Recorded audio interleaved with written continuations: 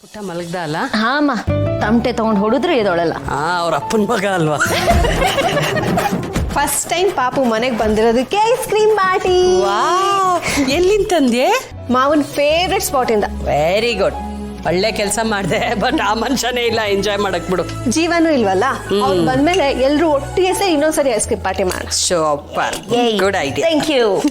ಅಯ್ಯೋ, ಅವ್ರಿಗೆ ಯಾಕೆ ಕೊಡಕ್ ಹೋದೆ?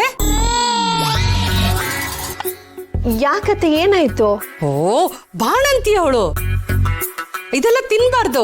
ಬುದ್ಧಿ ಬೇಡ್ವಾ ನಿನಗೆ? ಸಾರಿ ನನ್ಗೆ ಗೊತ್ತಾಗ್ಲಿಲ್ಲ. ಪರವಾಗಿಲ್ಲ ಅತ್ತೆ, ಎನಿವೇಸ್ ತಂದಿದ್ದೀನಲ್ಲ, ಒಂಚೂರು ಟೇಸ್ಟ್ ಮಾಡ್ಲಿ ಬಿಡಿ. ಲೇ, ಏನೇ ಹೇಳ್ತಾ ಇದ್ಯಾ ನೀನು? ಬಾಣಂತಿ ಯಾವತ್ತಿದ್ರು ಬೆಚ್ಚಗಿರ್ಬೇಕು, ತಣ್ಣಗಿರೋದನ್ನ ಮುಟ್ಲೇಬಾರ್ದು. ಏನ್ ಭಾಗ್ಯಕ್ಕ, ನಾ ಹೇಳದ್ ಕರೆಕ್ಟಾ ಇಲ್ವಾ? ನೋಡು, ನಿಮ್ಮ ಅತ್ತೆ ಮಾತಾಡೋದಾಗಿದ್ರೆ ಅವರು ನಿನ್ನ ಬೈದಿರೋರು. ವಾಪಸ್ ಇಡು. ಏಯ್, ಕೊಡೆ ವಾಪಸ್ ಕೊಡೆ. ತಿನ್ಬಿಡ್ತಾಳಂತ ಐಸ್ ಕ್ರೀಮ್. ಇವತ್ತು ಪಾರ್ಟಿ ಏನಿದ್ರು ನಮ್ 3 ಜನಕ್ಕೆ ಮಾತ್ರ ಅಷ್ಟೇ, ನಿಮ್ಮ ಅತ್ತಿಗೆಗಲ್ಲ. ಇದನ್ನೆಲ್ಲ ಅವಳು ಮುಟ್ಲೇಬಾರ್ದು.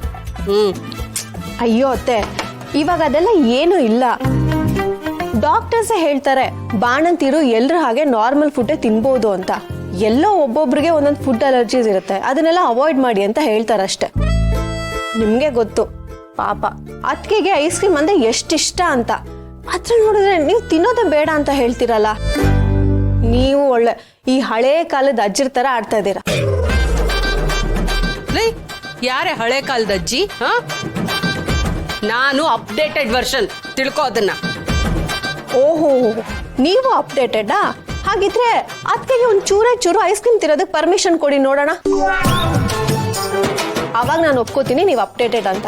ಇಲ್ಲ ಅಂದ್ರೆ ಅಜ್ಜಿ ಅಂತ ಒಪ್ಕೊಳ್ಳಿ ಅಷ್ಟೆ. ನಾನ್ ಯಾಕೆ ಅಜ್ಜಿ ಅಂತ ಒಪ್ಕೊಳ್ಳಿ?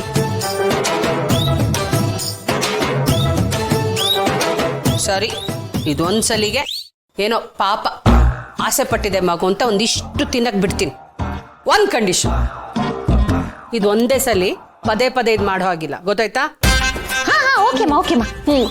ಅದಕ್ಕೆ ಪದೇ ತಿನ್ಬೇಡಿ, ಇವತ್ತೊಂದು ದಿವಸ ಅಷ್ಟೇ. ಇವತ್ತೊಂದಿನ ಲಾಸ್ಟ್. Thank you. ಆಸೆ ನೋಡು.